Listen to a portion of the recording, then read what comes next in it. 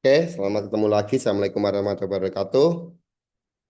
Saya akan menerangkan sekarang ini ada terkait dengan plurius litis consortium atau yang dikatakan gugatan kurang pihak. Nah, apa sih yang dinamakan plurius litis consortium ini atau gugatan kurang pihak ini?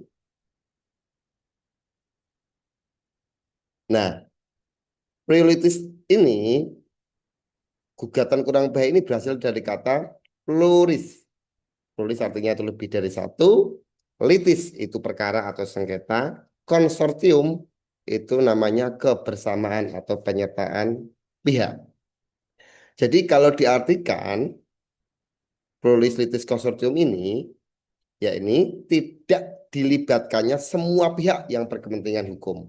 Sehingga bisa berakibat gugatan tidak dapat diterima atau need on conflict fair club NO. Nah, ini hal dasar karena terkait dengan formil. Jadi kalau para praktisi kok gugatannya NO itu memang itu dikatakan ah cemen biasanya gitu. Memang tidak ada hukumnya ya, tidak ada dasarnya itu kok kenapa bisa dikatakan cemen ya. Tapi ini kayak konvensi kayak hal-hal yang biasa. Hal yang biasa gujekan para praktisi seperti itu.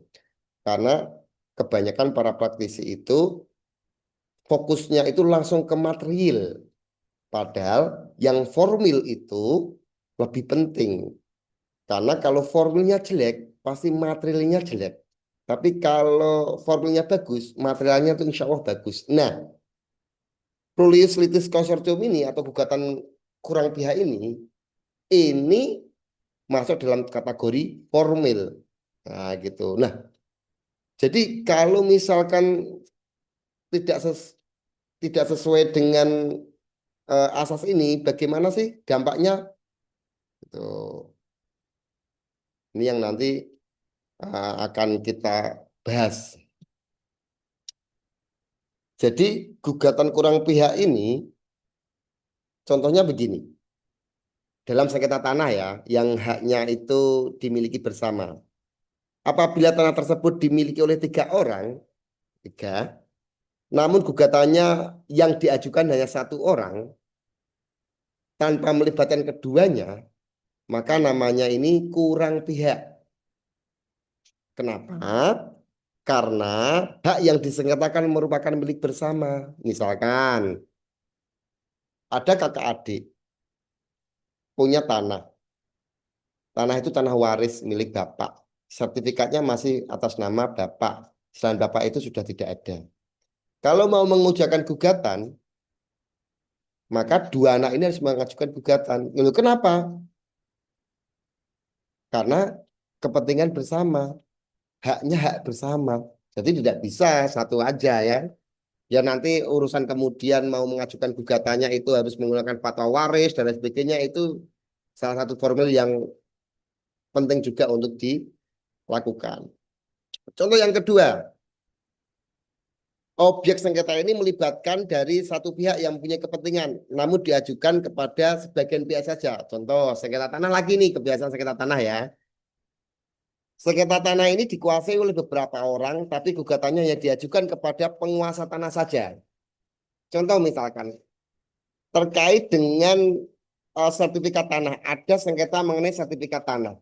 Sertifikat tanah atas nama Kukuh misalkan, digugat oleh Said.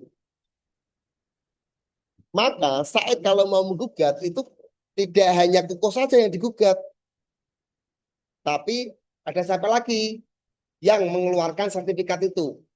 BPN. Nah, BPN juga menjadi harus digugat juga dia. Kalau dia nggak digugat, maka bisa dikategorikan gugatan kurang pihak. Nah, akibat dari gugatan kurang pihak ini apa? Yaitu dinyatakan need unconflict fair class atau NO. Jadi pokok perkara tidak diperiksa. Jadi kalau sudah NO, pokok perkara tidak diperiksa. Itulah tadi di awal. Jangan kemudian fokus hanya material saja. Tapi formil itu juga harus dicermati. Percuma kita berbusa-busa ngomong soal material, tapi formilnya tidak lengkap, maka materialnya tidak akan dibahas dalam persidangan. Nah, ini penting juga ini. Nah, kemudian juga bisa diajukan gugatan baru. Nah, penerapan terkait dengan asas ini apa? Di mana penerapannya? Yakni ketika eksepsi. Eksepsi itu kan terkait dengan kewenangan relatif dan kewenangan absolut. Nah, disinilah kemudian bermain.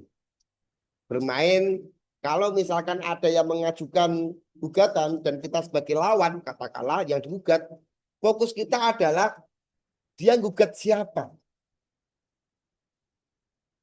Apakah gugatannya yang diajukan ke kita itu kurang pihak atau tidak? Nah, itu harus dibahas. Nah, ini biasanya sering terjadi di sengketa tanah dan waris. Jadi sebagai praktisi harus mencermati itu. Melawan seseorang, melawan penggugat, itu melalui cara-cara yang formil. Kalau kita menyatakan bahwa sholat itu sah atau tidak sah, itu nanti dulu. Kita lihat dulu, apakah dia sudah wudhu atau belum.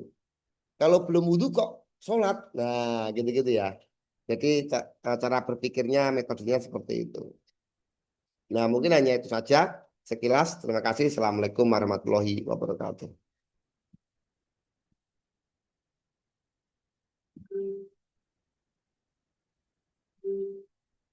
Dari YouTube.